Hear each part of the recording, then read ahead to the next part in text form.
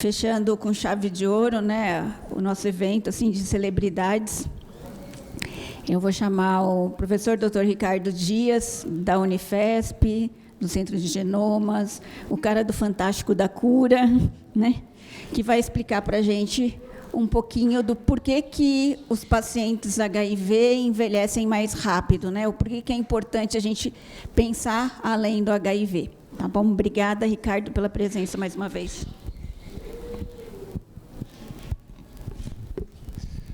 Obrigado, gente. Então,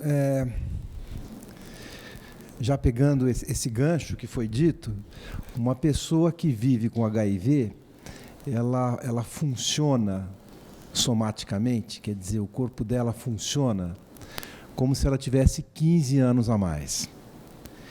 E a gente precisa entender por que isso acontece, precisa saber se dá para a gente fazer alguma coisa para mitigar esse processo, se a gente precisa fazer alguma coisa, e qual que é a repercussão disso daí, né? Você imagina que, eventualmente, você tem uma pessoa vivendo com HIV, imagina uma transmissão vertical, que hoje você tem um adulto jovem, às vezes um adolescente, ou alguém com mais de 30 anos, que já vive com HIV há bastante tempo, e às vezes a gente não entende direito por que os medicamentos podem ter tanta toxicidade, efeito colateral. É porque essa pessoa funciona como se fosse uma pessoa idosa, apesar de não ser. Agora, tem boa notícia também, e eu vou mostrar essa boa notícia no final. Tem um desafio, que é um desafio grande, que é a gente entender, nesse processo todo, né, o que pode ser relacionado ao vírus, o que pode estar relacionado ao medicamento, que também vem com uma carga de toxicidade, medicamento que age lá dentro da célula das pessoas. E tem mais, tem o próprio hospedeiro, que vem com uma carga, às vezes, genética, às vezes vem com hábitos, exposição, vício, né? Tudo aquilo que a gente pode inferir como sendo epigenética, aquela coisa que vem de fora e, às vezes, piora um pouquinho a condição da pessoa. Esse é um desafio, né? Você saber o que é o medicamento, o que é o vírus, o que é o hospedeiro. E aí a gente tem a definição, né, do que a infecção pelo HIV faz para a gente, né? Isso aqui é uma definição que é a primeira que a gente teve, ela é até extemporânea, né, porque ela fala sobre a imunidade. A definição mais contemporânea fala sobre o efeito do próprio vírus. Então, o HIV leva a uma diminuição da imunidade celular, e a consequência disso é a fragilidade para infecções e câncer, neoplasias, que a gente chama de oportunistas.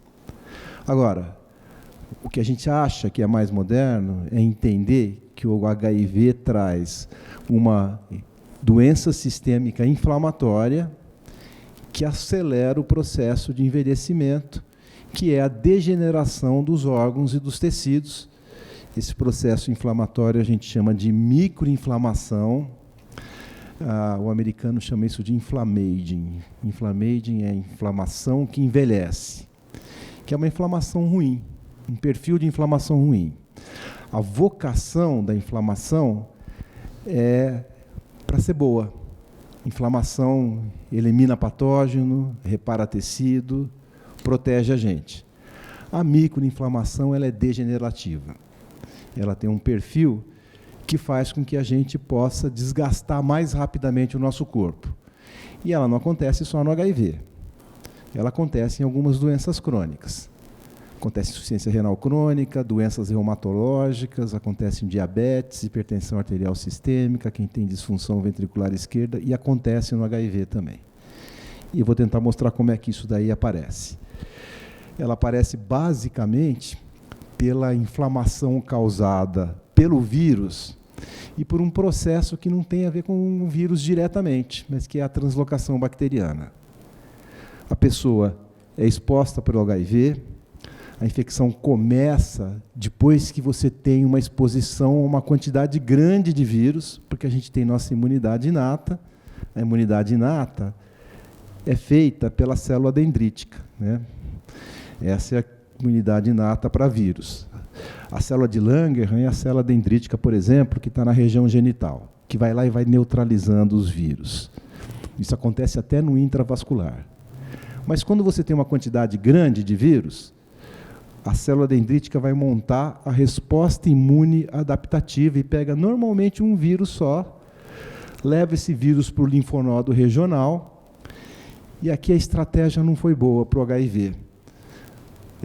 Porque o linfonodo regional é onde tem a célula-alvo que o HIV vai infectar, que são os linfócitos. Então, ele funciona como um cavalo de Troia, levando a infecção para o local onde seria montada a resposta imune adaptativa, e aí existe uma explosão de replicação viral, 10 bilhões de vírus são produzidos diariamente.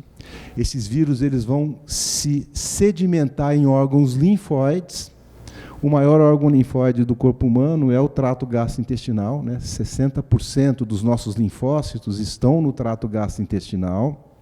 O vírus que está no sangue, ele não vem do sangue, ele não vem do linfócito que está no sangue, ele vem de órgão linfóide. O órgão linfóide é baço, timo, fígado, linfonodo e principalmente trato gastrointestinal. Mas acontece que, nesse momento, você tem uma depressão intensa dos linfócitos que estão no trato gastrointestinal. Trato gastrointestinal porque é o nosso contato com o meio externo. Os linfócitos estão lá para proteger a gente dos patógenos veiculados aos alimentos. E aí, na hora que você tem essa depressão, você começa a ter translocação bacteriana. Então, olha, normalmente a gente tem os enterócitos e esse marrom aqui são os linfócitos. Quando existe a infecção pelo HIV, muito rapidamente você acaba com esses linfócitos de uma maneira muito significativa. E aí, você começa a ter invasão de bactéria e você começa a detectar pedacinho de bactéria no sangue. A gente faz isso normalmente, mas aqui isso está muito amplificado. E esse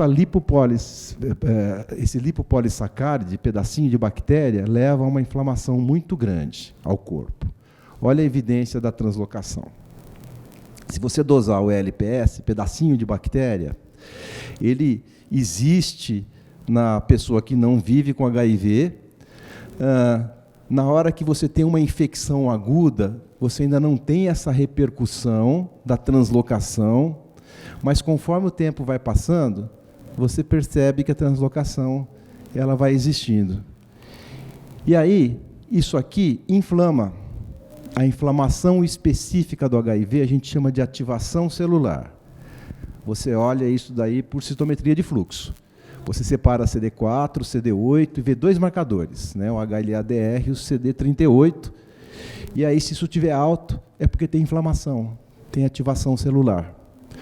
O vírus também causa essa inflamação, essa ativação celular. Mas existe uma correlação nítida entre a translocação, aqui na abscissa, no eixo X, quanto mais para a direita, maior a quantidade de LPS, e a ativação celular, que é aquela marcação que eu falei para você, CD38, HLA-DR, principalmente no CD8. E pedacinho do vírus também leva a essa inflamação. Então, são dois fatores. Aquelas proteínas que o HIV está produzindo, essas proteínas elas são produzidas mesmo quando a pessoa está em tratamento, porque o vírus começa a fazer RNA mensageiro e o TAT, que é a proteína que começa a fazer o vírus a sair da célula. E o vírus está tentando sair da célula o tempo todo, mesmo no tratamento. Mas boa parte vem também da translocação. E olha que interessante, a gente começa a diminuir esse processo da translocação e da própria inflamação, ativação celular, na hora que a gente trata as pessoas. Uma pessoa não tratada tem muita inflamação. Boa notícia, você trata e você diminui muito essa inflamação. Má notícia, não fica igual a não ter HIV. Continua tendo a inflamação. Porque o vírus continua produzindo proteínas e você já tem uma depressão do trato gastrointestinal. E olha só, se você olhar a inflamação, né, que é a ativação celular, ela acontece em quem não tem tratamento antirretroviral negativo e viremia, e ela acontece também nos controladores de elite. 1 a 3% das pessoas tem carga viral naturalmente indetectável, e o CD4 não cai, ela não progride para a doença dela de uma forma evidente, que são esses daqui. Tem HIV sem antirretroviral, e a carga viral é baixinha, e aqui a carga viral é indetectável, né? E é linear isso daqui, mas aqui você ainda tem inflamação.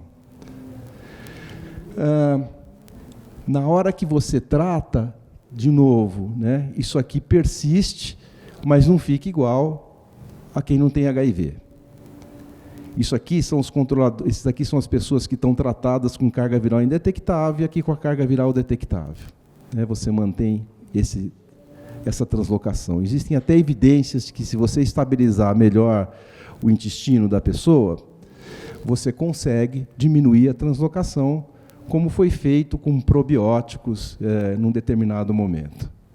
Então, para resumir, a infecção, ela leva a uma produção de proteínas, principalmente uma que chama TAT, ela leva essa translocação bacteriana, invasão de bactéria no intestino, que vai levar à inflamação, que a gente chama de ativação celular, que vai lesar órgãos e tecidos e que vai favorecer esse envelhecimento acelerado, fazendo com que uma pessoa funcione como se ela tivesse 15 anos a mais.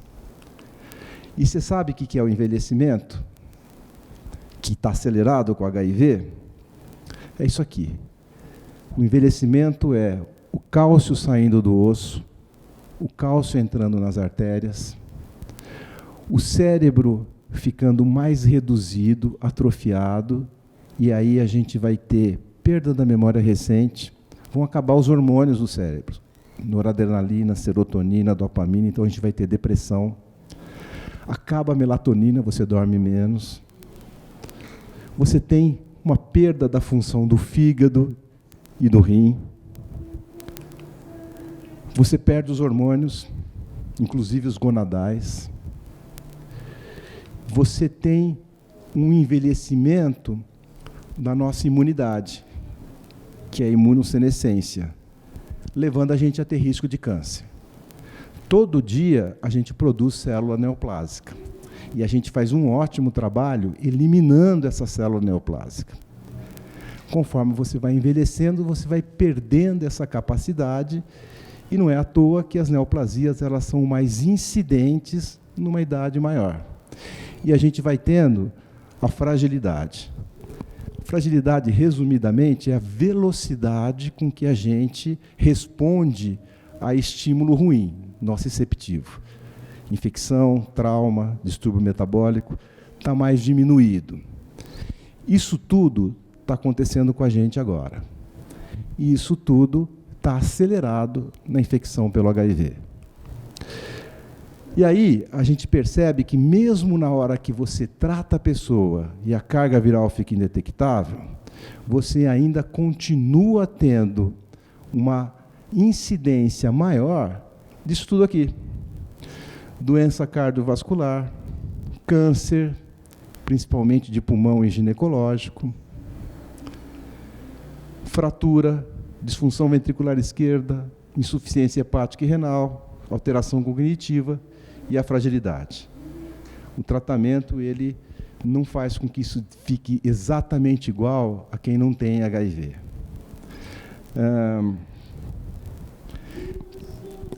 A gente tem uma defesa natural contra o câncer, né, que é um gene, né, esse gene ele chama P53, e ele orquestra a nossa resposta contra o câncer. Pois bem, uma proteína do HIV vai lá, a própria Tati, e ela metila esse gene, o P53, coloca ele para dormir. E é por isso que a gente tem uma incidência maior de câncer, mesmo os que não estão relacionados ao HIV, em quem é infectado pelo HIV. E aqui eu vou tentar mostrar para vocês, nesses aspectos do envelhecimento, alguns fatos, né, e tentar ver se a gente entende esse mecanismo. E vou tentar mostrar se isso tem relação com o vírus, com o medicamento e, eventualmente, até com o hospedeiro. Então, o primeiro fato é que a replicação viral persistente leva à deterioração permanente do sistema imune. A gente descobriu isso daí na hora que a gente viu que a gente não é capaz de reconstituir plenamente o CD4 da pessoa, a resposta imune, se ela ficar muito tempo sem tratamento. O melhor marcador que a gente tem de tempo de infecção é o nível de CD4. Não é um marcador bom, mas é o melhor que a gente tem. O menor nível de CD4 da vida da pessoa a gente chama de nadir de CD4.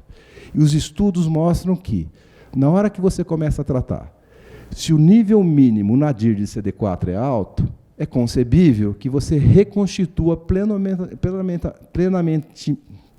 esqueci a palavra, de forma plena o sistema imune. Mas, se o nadir de CD4 for baixinho, pode ser que você não consiga. E o mecanismo está na fibrose do sistema linfoproliferativo. O HIV causa uma doença inflamatória crônica e a consequência de inflamação é cicatriz, é fibrose. E a gente vê isso aí, por exemplo, no linfonodo. O que é azul é colágeno, fibrose. Na hora que você olha o linfonodo de uma pessoa sem HIV, você tem um pouquinho de azul, mas com HIV é muito mais.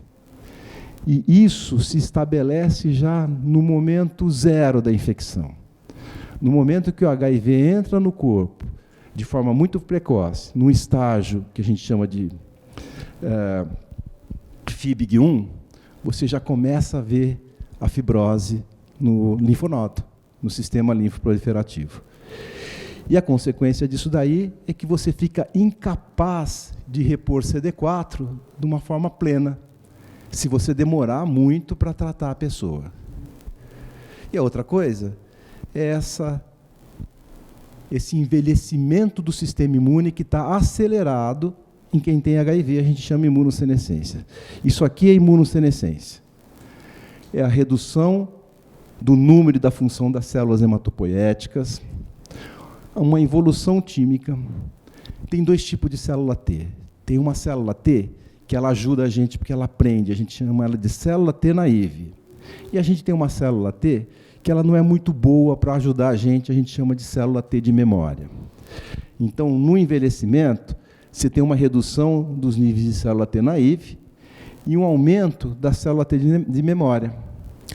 Tem um aumento daquelas citocinas que dão a microinflamação, a inflamação ruim, que é a IL-6, TNF, e hoje a gente sabe também que é a IL-10.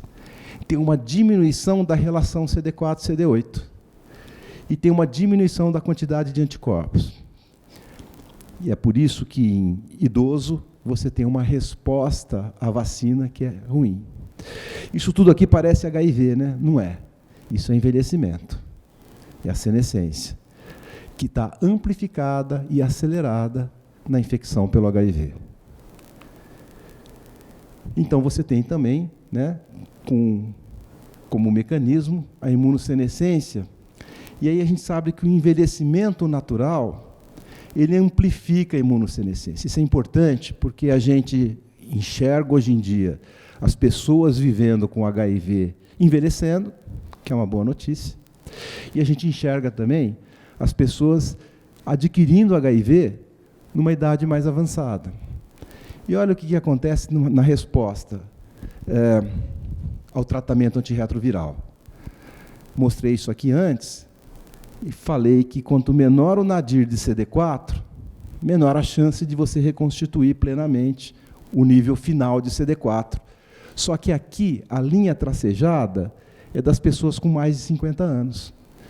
Então, para o mesmo nível basal de CD4, pelo mesmo nadir, você tem uma reconstituição menor com quem tem mais de 50 anos, o que equivaleria a 65 anos. Porque o envelhecimento natural, ele amplifica essa falta de resposta imunológica. Tem uma outra história também, que é a história da telomerase. Toda vez que o nosso cromossomo é duplicado, na hora que você divide uma célula, você perde a pontinha dele, que é o que a gente chama de telômero. Toda vez que a célula se duplica, você perde de 100 a 200 nucleotídeos. Mas a gente tem um contra-ataque.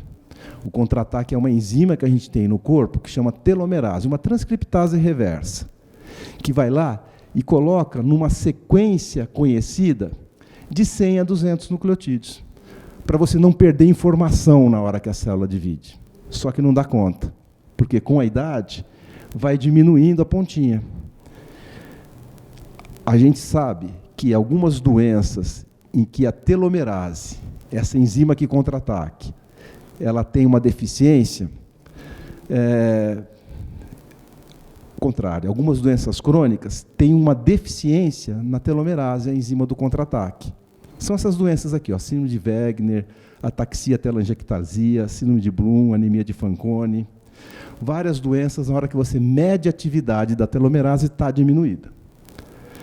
A gente sabe também que, quando ela funciona muito, você tem uma chance de ser centenário. Então, eles viram, por exemplo, isso nos judeus askenazes centenários. Eles olham e veem que a telomerase funciona muito. A gente nunca sabia direito se a atividade de telomerase ou o tamanho do telômero era uma causa ou uma consequência do envelhecimento, até a gente perceber que é uma causa no estudo com ratinhos. A gente nocauteou a telomerase de ratinhos, e o ratinho, que devia viver 3 anos, viveu 6 meses.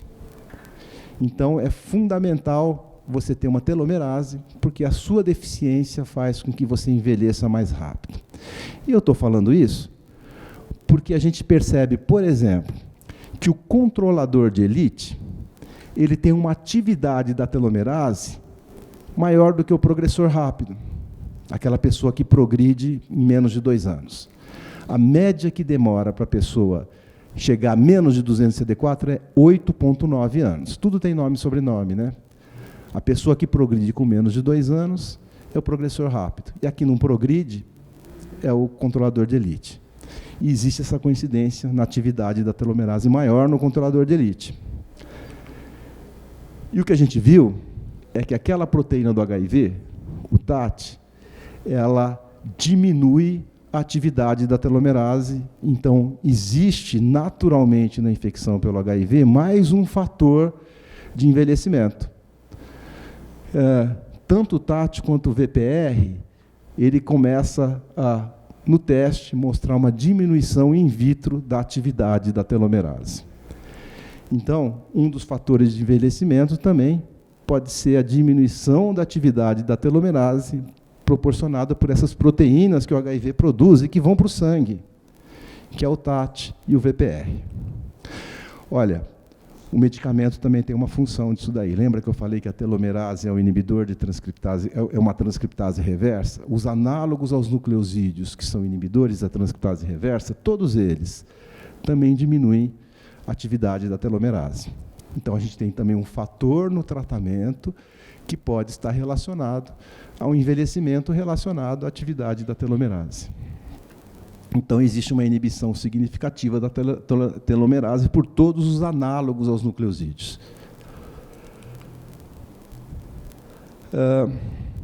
Tem outra história também, que é uma história relativamente moderna, que é a do estresse oxidativo, que são os radicais livres. Todo dia, a gente produz essas espécies reativas em oxigênio, que é o ROS. E a espécie reativa de oxigênio, ela enferruja a gente, degenerando os tecidos. Mas tem um balanço, porque a gente elimina também. Então, quanto maior a capacidade de eliminar as espécies reativas de oxigênio, menos oxidação a gente vai ter, vai enferrujar menos.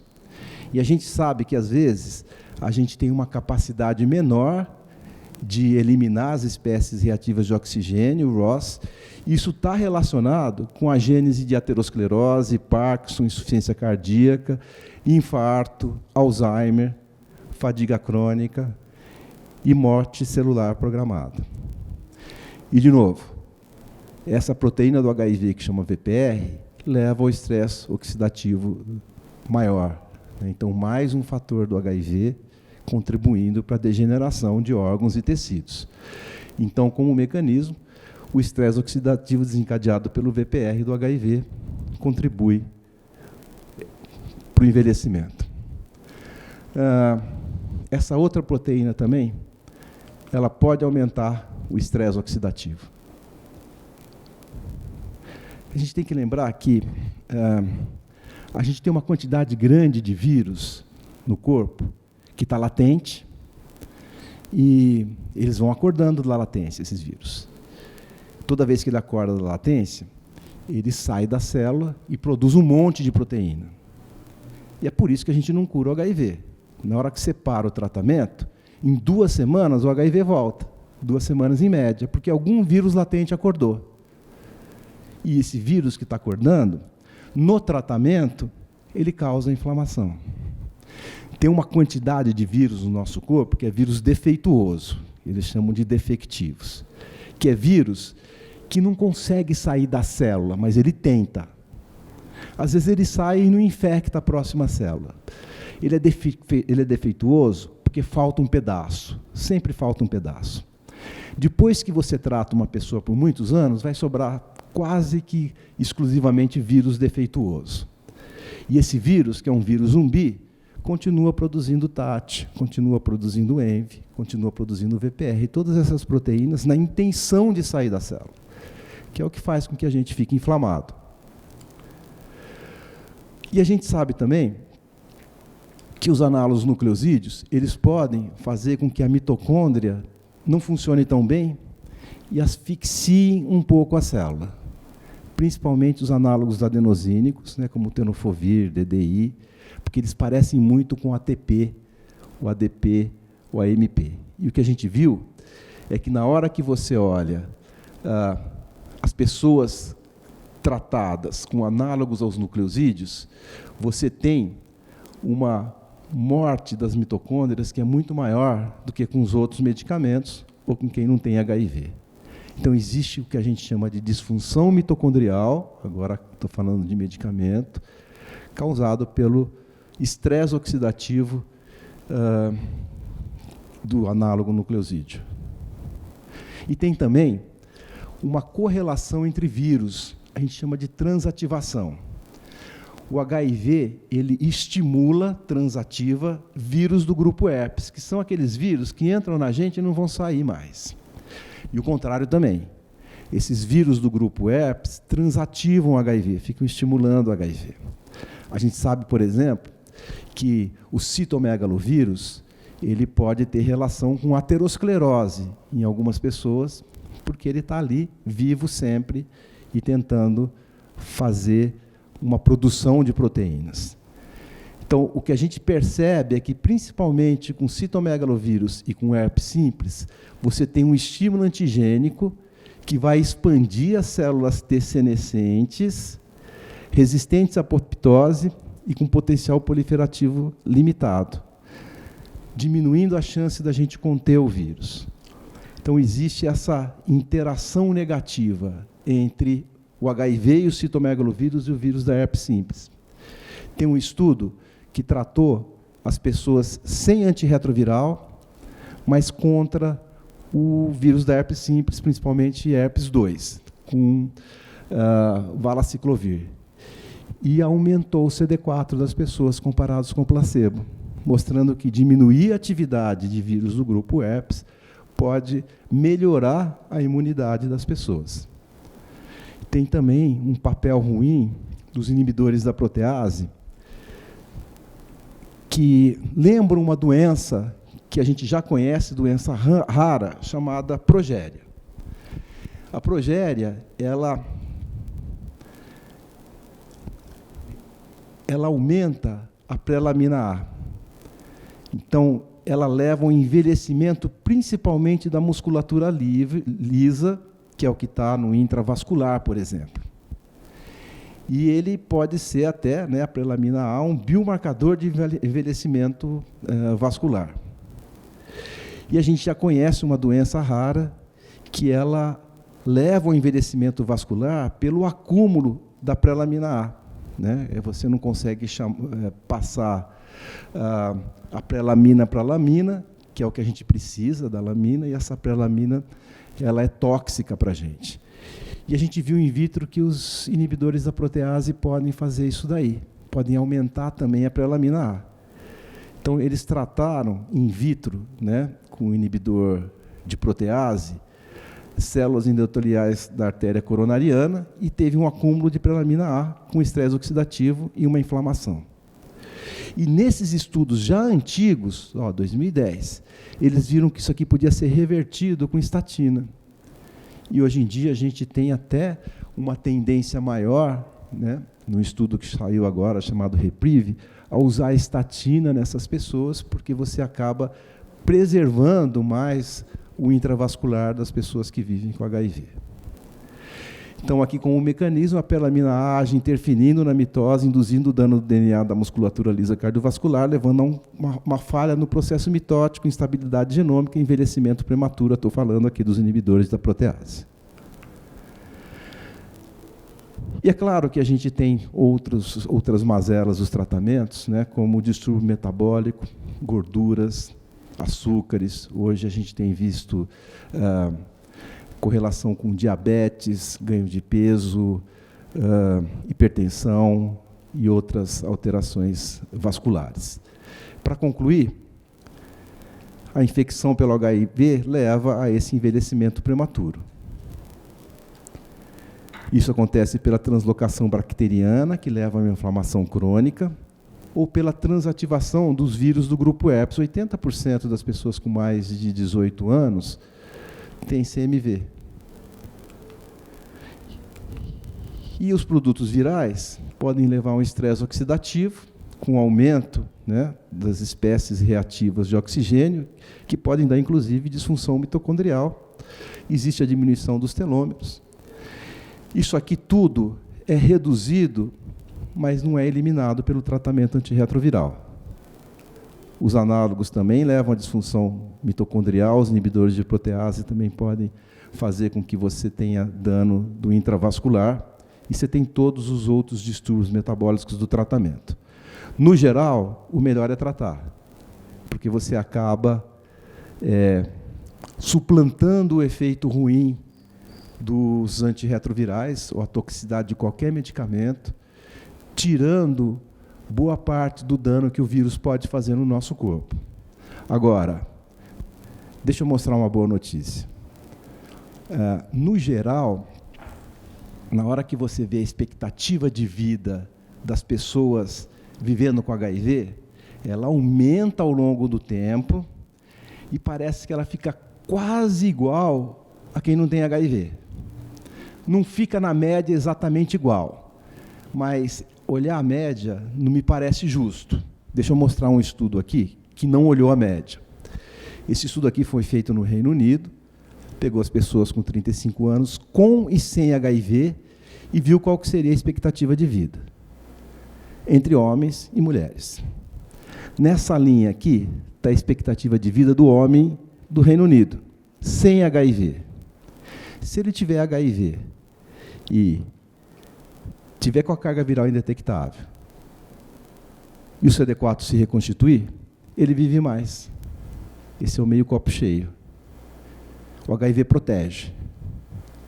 Acontece a mesma coisa com a mulher. Parece que não é muito diferente, porque a mulher já tem uma expectativa de vida maior do que a do homem, mas é muito estatisticamente significante. E por que o HIV protege? Porque vai no médico, descobre comorbidades, faz intervenção. Quem faz exame a cada 6 meses? Agora o meio copo vazio. Se você tratar e a carga viral ficar indetectável, só que o CD4 não subir, Isso aqui são os não respondedores imunológicos, tudo tem nome e sobrenome. 10 a 30% das pessoas vivendo com HIV são não respondedores imunológicos, aqueles que falham em reconstituir a imunidade de uma forma mais plena. Olha para onde vai a expectativa de vida. Ela perde isso. Ela não vai morrer de AIDS, mas já desgastou o corpo. E dá para fazer alguma coisa. Dá para a gente tratar essas pessoas mais cedo, porque elas são não respondedores imunológicos, porque elas fibrosaram todo o sistema linfoproliferativo e não tem como repor soldado para essa luta, o CD4. Então, o grande valor disso tudo é a gente tentar detectar a infecção pelo HIV da forma mais precoce possível e incluir essas pessoas em tratamento. Junto disso, tentar diminuir o reservatório de vírus de qualquer pessoa, para poder desinflamar.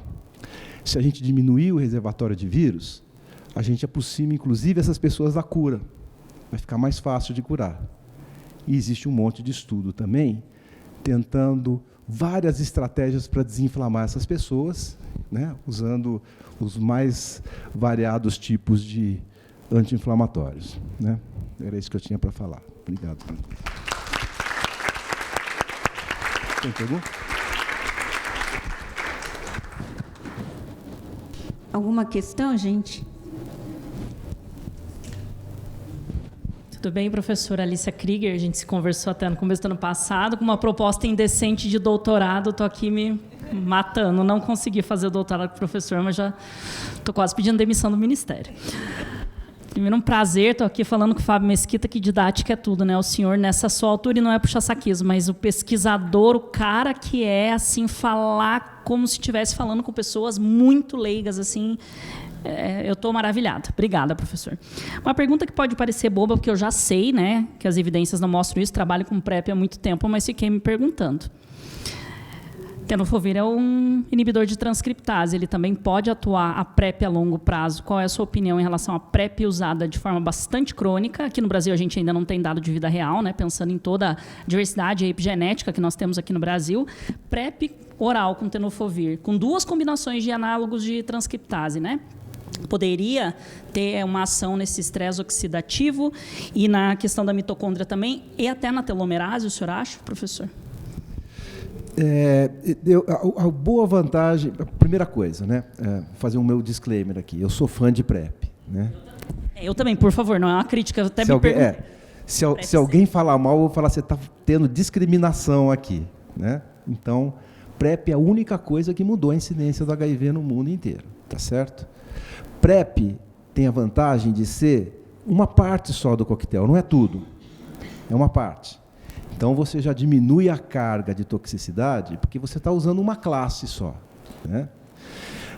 E PrEP tem outra vantagem de não ser usada pela vida inteira. Hoje, a gente faz tratamento antirretroviral para a vida inteira, até a gente ter a cura. E a PrEP não. Né? A PrEP, a pessoa vai estar, num determinado período da vida, né? Ninguém enxerga que todo mundo vai usar a PrEP pela vida inteira. Mas é claro que a gente tem que olhar alguns fatores da PrEP. Né? Um deles é a toxicidade que, obviamente, isso pode causar. Né? Na hora que a gente olha, por exemplo, o Truvada, tenofovir com FTC, a gente tem que ficar um pouco mais condescendente, por exemplo, com a PrEP sob demanda, que funciona bem e vai diminuir a carga de toxicidade. Não serve para todo mundo, serve para algumas pessoas. E a gente tem que ficar de olho também no fato de que a PrEP não tem proteção de 100%. Né?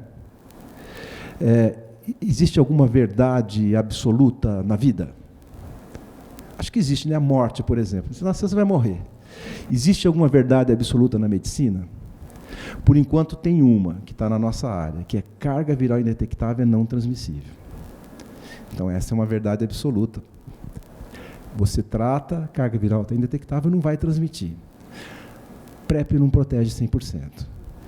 E não é honesto para as pessoas falar que elas estão plenamente protegidas com a PrEP, porque a gente vê que tem infecção, principalmente no contexto de vírus resistente, não necessariamente resistente ao tenofovir, ou ao cabotegravir, ao lenacapavir, mas as pessoas se infectam com um vírus resistente. Tem coisa que é muito inexplicável em PrEP. Elas tomam cabotegravir, o nível sérico está alto e elas pegam o HIV.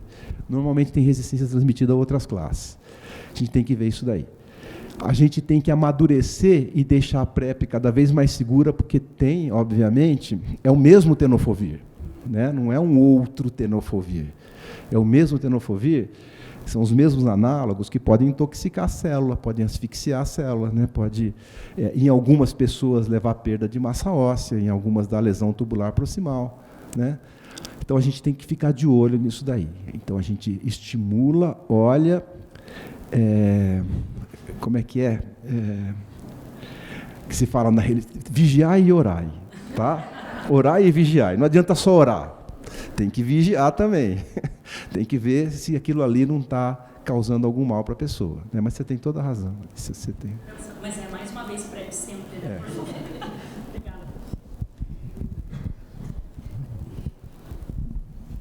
Super obrigado, Ricardo. Como sempre, incrível. E eu tinha um professor que falava, ele tinha uma frase assim brilhante, era um professor de pneumologia, que eu guardei para a vida. Ele falava: na medicina e no amor, nunca diga sempre nem jamais, né? Por conta dessas exceções que existiam.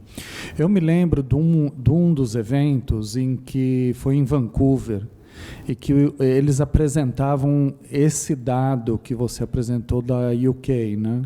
E que chamou muito a atenção. Eu sempre uso isso nas minhas falas, né, de que nesse estudo de Vancouver, as pessoas que viviam com HIV viviam mais do que as outras pessoas, né?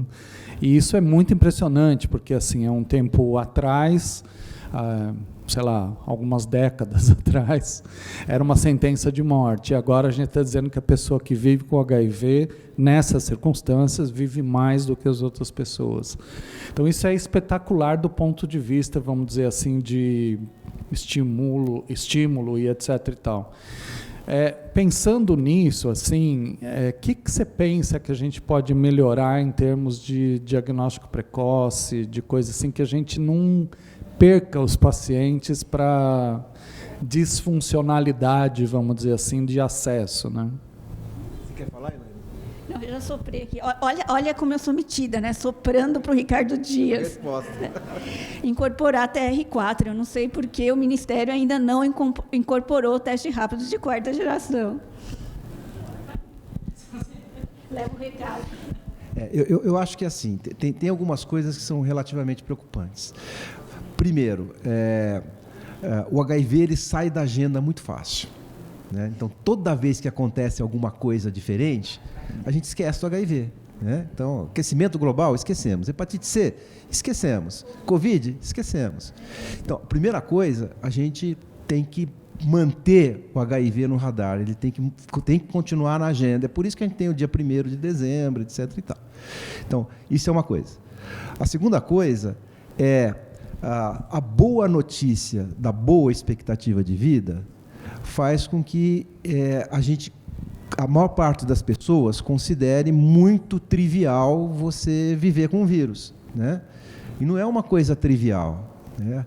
A melhor coisa é a gente tentar pensar que a gente vai ter que conseguir um dia ter um mundo livre de AIDS, livre de HIV, né? Então, aí, o esforço é conjunto. A gente tem que fazer várias coisas ao mesmo tempo para chegar no momento que a gente vai ter um mundo livre do HIV.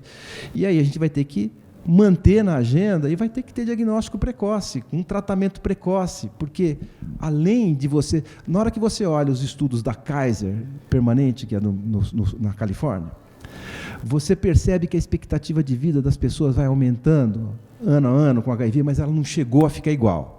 Ela não chegou a ficar igual, porque na hora que você olha isso daqui, ela pode ser maior e ela pode ser bem menor. E, na média, ela não fica igual, né? Então, a ideia é, vamos incluir essas pessoas rapidamente em tratamento, porque, além disso, a gente tem o valor agregado, isso tem que ser chamado, eu acho, de valor agregado, de não transmitir, né? Porque o ponto tem que estar na cabeça da pessoa que vive com HIV, que é o seguinte: eu estou tomando medicamento por mim, porque eu vou diminuir a inflamação e eu vou viver mais e melhor, né? Além disso, eu não vou transmitir, tá certo?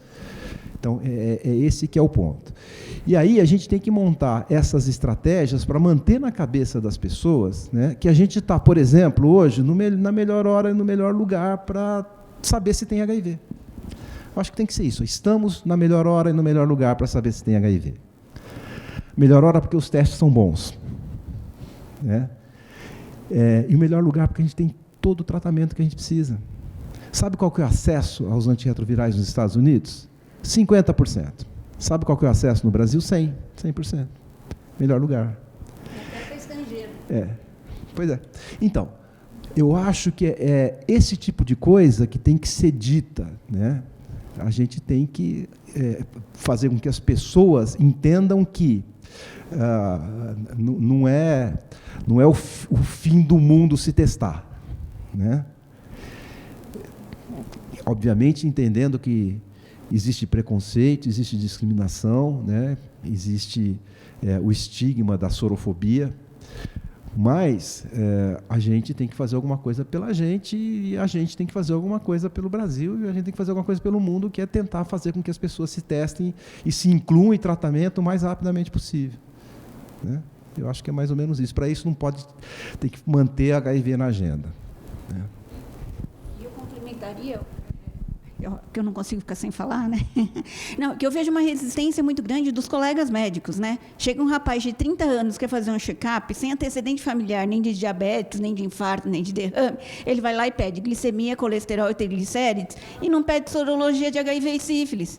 Ou o pré-natal, que no SUS é bem feito, e no particular não, que você fica testando a mulher para sífilis e HIV no começo, no meio, no final da gestação, e não pega o cabra que pode transmitir para ela.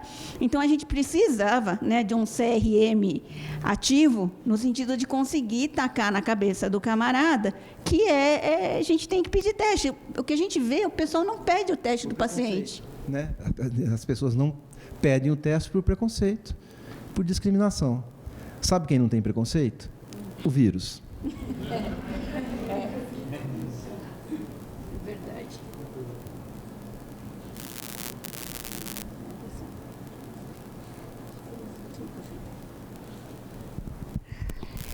Gente, acho que foi um dia maravilhoso, né? Apesar dos pesares, assim, que hoje é pré-conferência na cidade, então muitas das pessoas que de repente poderiam, pré-conferência de saúde do município, então muitas das pessoas que podiam estar aqui acabam não estando, ainda choveu, então quer dizer, algumas coisas que atrapalharam, mas assim, eu acho que foi um dos melhores eventos que a gente já compartilhou com as pessoas que vieram aqui. O Ricardo acho que veio em todos. E é um prazer muito grande.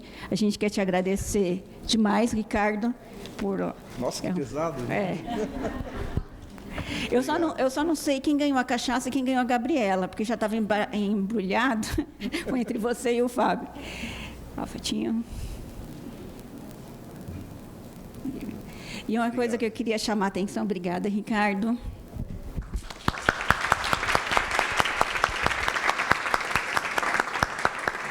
Só antes de encerrar, um apelo, pegando o gancho da PrEP, que eu falo assim, que nos 25 anos que eu fiquei no ambulatório, nos últimos 4 anos, aí acho que é o tempo que existe PrEP, eu falo isso na atenção básica, que eu nunca peguei um encaminhamento de uma mulher profissional do sexo, gestante ou amamentando para PrEP. Como é que pode isso? Né? Então, quer dizer, a gente faz o pré-natal, sabe que é profissional do sexo e fica testando para HIV e não encaminha para fazer PrEP. Então, tem alguns buracos que são meio óbvios, né? E aí é que eu conto com as enfermeiras da casa, né, as mães da casa, para estar incluindo, né, lembrar disso na condução aí das gestantes. E o que acontece, eu acredito, pelo menos aqui em Santo André, que a gente vê um diagnóstico tardio das crianças, é porque as crianças não são reconhecidas como expostas quando nascem. Então, elas não vão fazer acompanhamento sorológico nem de carga viral, porque não sabem que a mãe é positiva. Mas a mãe pode estar positiva na hora do parto, por uma infecção aguda, então a hora do parto é a hora que mais transmite, e é a hora que a carga viral dela vai estar mais elevada. Ou, que nem eu falo, durante a gravidez, o cabra pula a cerca, a mulher reinaugura o playground, depois amamentando, pega o HIV, altíssima carga viral, transmite para esse bebê no aleitamento. Né? Acho que eu já falei isso hoje, então, mas assim, eu acho que a gente não pode deixar as crianças para trás, porque realmente é muito triste uma criança com HIV, elas ainda têm um arsenal terapêutico muito menor, né? A adesão em criança, e depois as crianças, quando viram adolescentes, é mais desastroso ainda. Então, eu acho que o Brasil ainda tem uma dívida com as crianças. Então, é isso, gente. Chega de falar. Eu agradeço demais a presença de vocês. Se alguém gostaria de fazer algum comentário, alguma coisa para fechar? Não? Não? Então, assim, muito obrigada pelo dia de hoje. Foi muito gratificante estar aqui, né, no meio dessas pessoas tão ilustres que a gente é tiete deles, né, de verdade. E, quem sabe, o ano que vem a gente está aqui de volta, ou não. Obrigada.